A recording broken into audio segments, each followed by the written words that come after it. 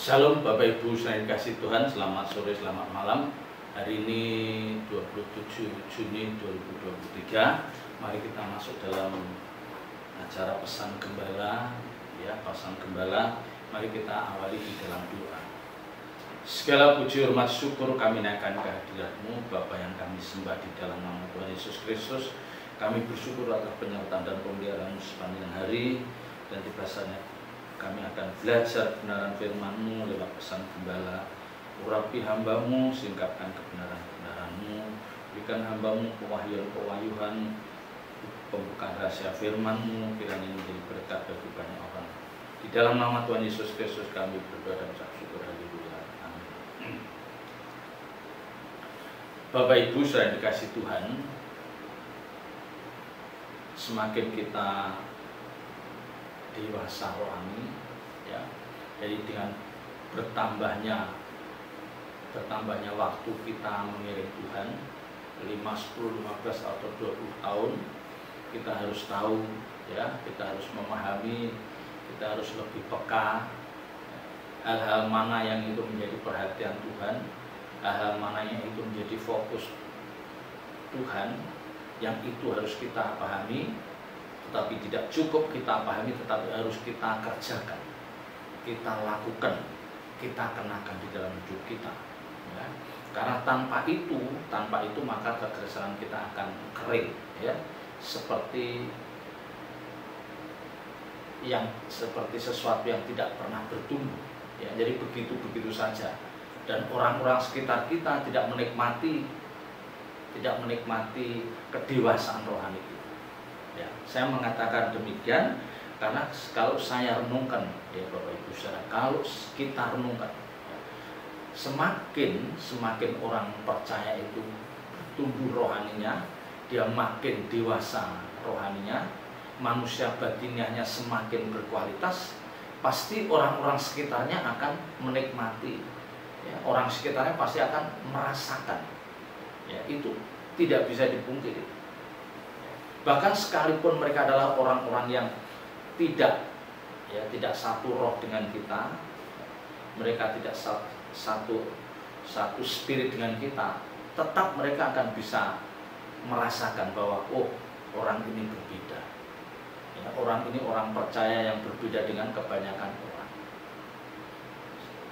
Jadi kalau kekristenan yang kita jalani, yang kita tekuni itu tidak berdampak, ya, artinya orang-orang yang di rumah, orang-orang sekitar kita, ya, di mana kita tinggal, di mana kita bekerja, ya, di lingkungan kita, di keluarga besar kita, mereka tidak menikmati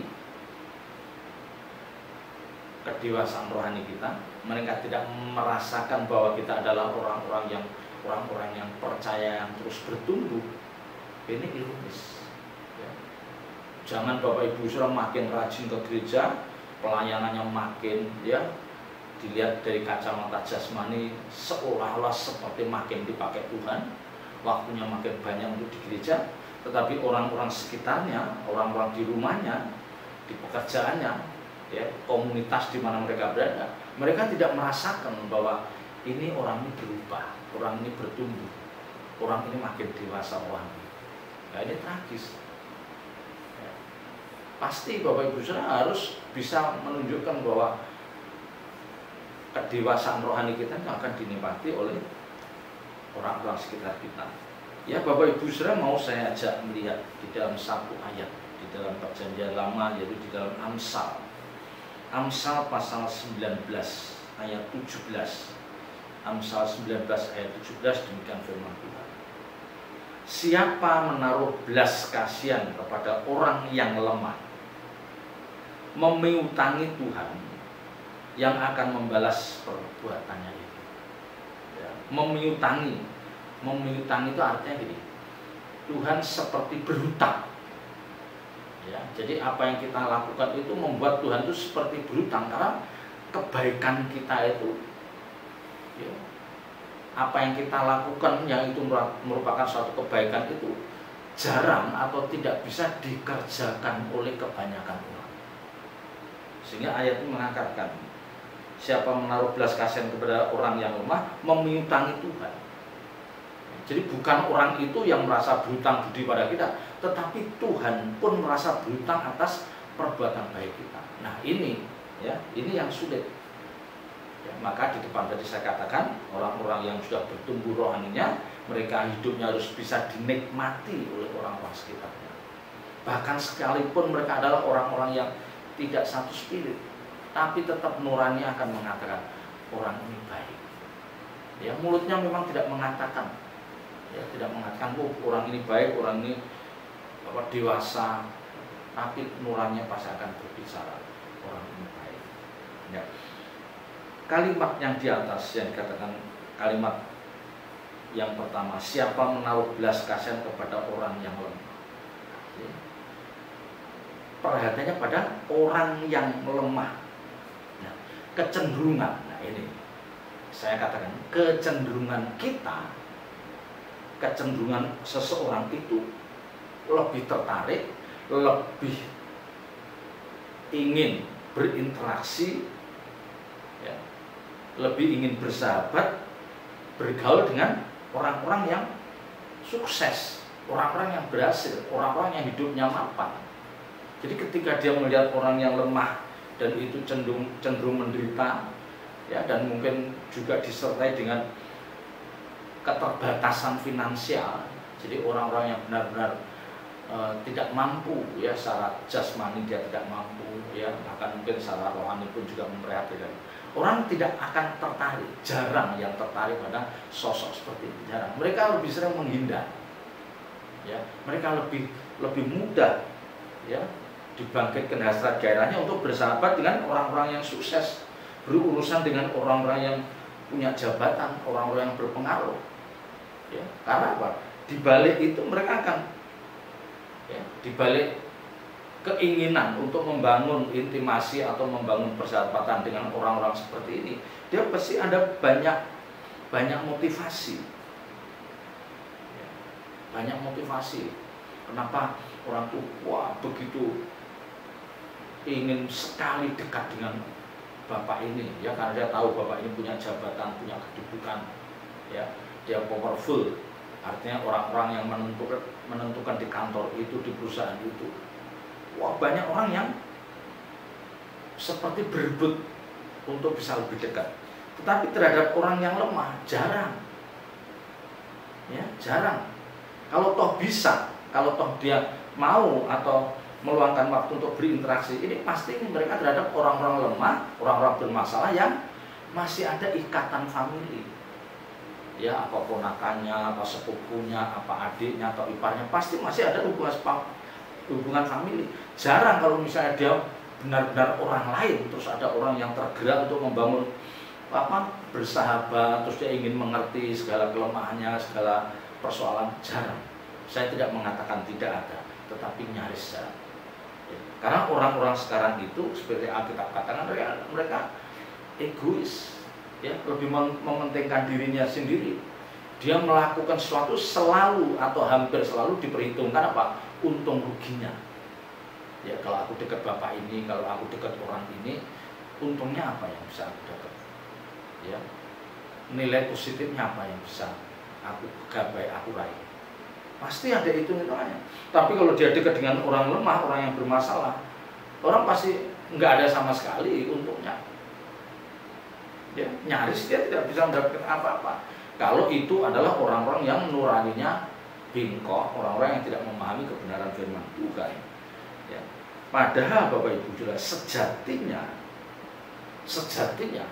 kalau orang itu mengerti kebenaran firman Tuhan, ya, bejana hatinya dipenuhi oleh kebenaran firman Tuhan, dan dia dipertemukan dengan orang-orang yang lemah. Apakah itu orang yang lemah dalam jasmani, segi jasmani, atau mungkin dia orang yang lemah dalam segi rohani. Ya, misalnya secara jasmani dia cukup, ya, tidak berlebihan tapi tidak kekurangan.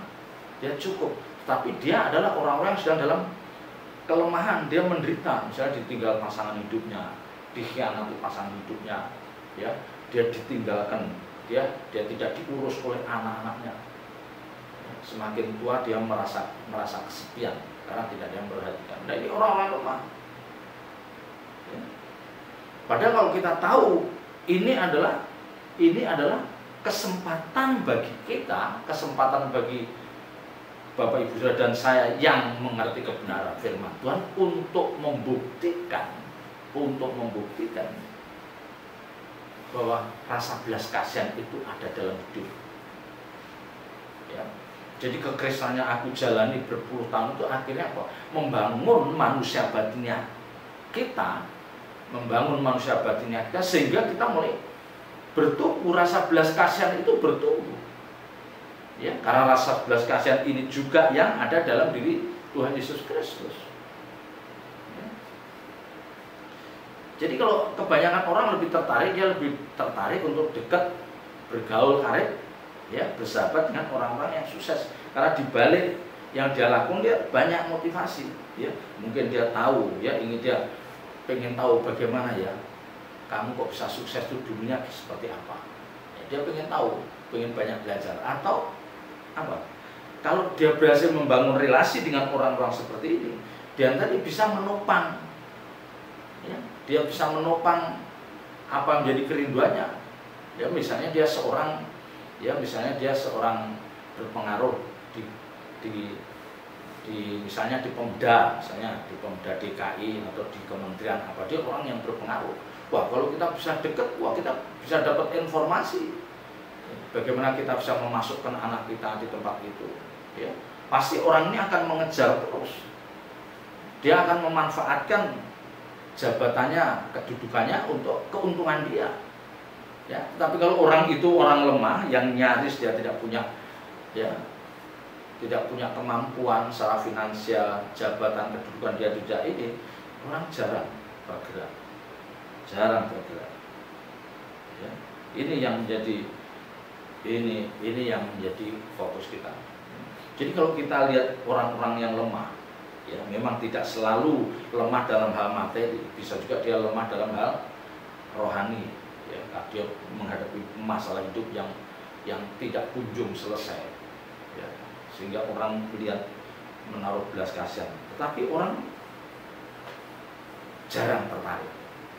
Karena dia tahu bahwa kalau aku, ya, bergaul atau membangun relasi, menjalin hubungan dengan orang-orang seperti ini pasti akan mengganggu saya.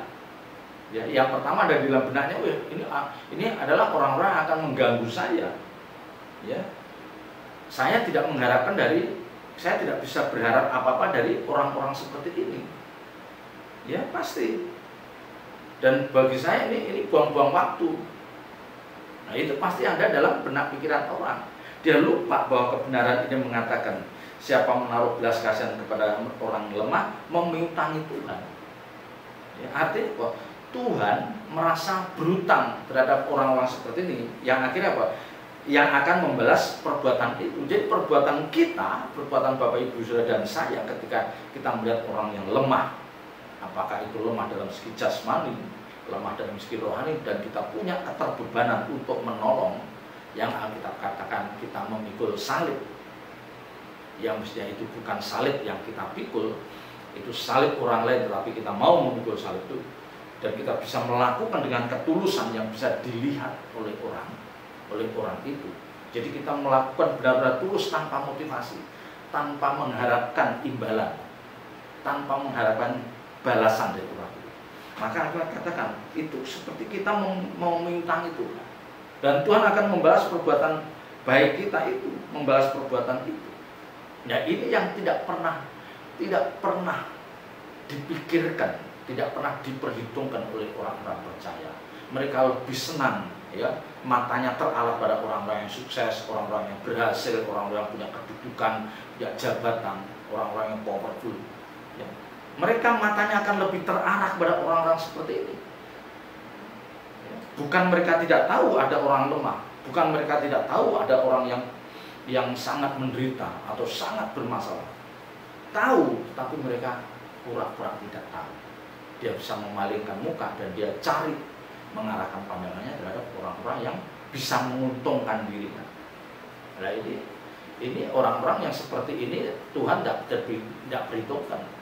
Tuhan tidak mungkin memikirkan kehidupan orang-orang yang egois seperti ini. Ini kan termasuk orang-orang yang egois. Ya. Ya. Tetapi sekali lagi, kalau Bapak Ibu Saudara yang mengerti kebenaran firman Tuhan, ya, pada level tertentu ketika orang sudah benar-benar dewasa rohani, ketika dia melihat orang yang lemah, orang yang menderita, orang yang nyaris tidak punya kekuatan apa-apa, dia mengatakan bahwa ini peluang, ini kesempatan, ya. Inilah momen yang aku tunggu, yang aku nantikan. Tapi rasanya kita jarang menemukan orang seperti itu, yang sampai ketika mereka ketemu orang lemah, orang yang menderita, orang yang memang perlu ditolong, jarang kita ketemukan orang akan mengatakan ini yang aku tunggu, ya, ini yang aku nantikan. Jarang. Memang dia bisa menolong, tetapi tidak sampai pada semangat, spirit, gairah seperti itu. Ya, jadi seperti dia menunggu-nunggu, menanti-nanti siapa orang yang bisa sabar. Tidak. Ya. Di dalam Kolose kan Paulus katakan, ya, aku bersuka cita kalau aku boleh menderita, menggenakan dari penderitaan yang kurang dalam diri Kristus. Ya, kan Kolose 1 katakan gitu. Jadi dia kalau boleh menderita untuk orang lain, itu dia bersuka cita. Ya. Mari Bapak Ibu Saudara, kita juga mulai membangun spirit seperti itu. Ya. Tentu ya, sekali lagi saya mengatakan, tentu semuanya itu dalam pimpinan Roh Kudus. Ya, karena kalau apalagi zaman sekarang itu banyak orang yang menderita, banyak orang yang susah, banyak orang yang perlu kita tolong, tetapi tidak semua itu, ya, membangkitkan rasa empati kita untuk kita tolong. Tanya Roh Kudus. Ya, kita renungkan. Karena ada orang-orang yang seperti itu memang karena apa? Dia menuai apa yang dia tabur. Ya, dia menuai apa yang dia tabur. Hidupnya dulu berantakan, hidupnya sangat tidak menghormati Tuhan, dia menuruti keinginan daging, tapi setelah sekian puluh tahun dia benar-benar menderita menjadi orang yang lemah, tidak memiliki kemampuan. Ada orang seperti itu. Kalau kita tidak digerakkan, ya sudah. Kalau toh kita bantu, ya seikhlas kita, yang kita tidak perlu all out, ya, karena kita tidak boleh, ya, yang selalu saya katakan, kita tidak boleh menolong orang kalau orang itu dengan pertolongan kita dia tidak menjadi bertobat, ya, dengan kita tolong dia tidak malah menjadi bertobat, dia tidak merasa bahwa dia bersalah, tetapi justru dia memanfaatkan kebaikan kita. Wah, ini jangan, ya. Maka di sini perlu kecerdasan, ya, perlu kepekaan untuk menilai situasi, momen-momen seperti apa aku harus bisa all out menolong orang. Ya. Jadi kalau dikatakan mengutangi itu, wah, kita bayangkan Tuhan sampai mengatakan aku seperti punya utang terhadap orang ini. Ya. Kalau boleh saya bahasakan itu. Jadi Tuhan melihat perbuatan orang-orang percaya seperti itu, Tuhan akan mengatakan, aku kayak seperti punya utang terhadap orang ini, terhadap anak ini, karena dia berbuat sangat baik terhadap orang yang lemah, di mana banyak orang memalingkan mukanya, tetapi dia mau mengurus orang itu. Ya. Jadi Tuhan merasa berutang. Nah, itulah terus apa? Aku akan membalas perbuatan itu. Ya. Dan orang-orang seperti ini Bapak Ibu Saudara, ya, kalau di dalam Yakobus, ya, di dalam Yakobus pasal 2 yang ayat yang sering, ya, yang pernah, yang beberapa kali saya singgung karena memang ayat ini sangat memberkati bagi saya. Yakobus 2 ayat 13 katakan, sebab penghakiman yang tak berbelas kasihan akan berlaku atas orang yang tidak berbelas kasihan, tetapi belas kasihan akan menang atas penghakiman.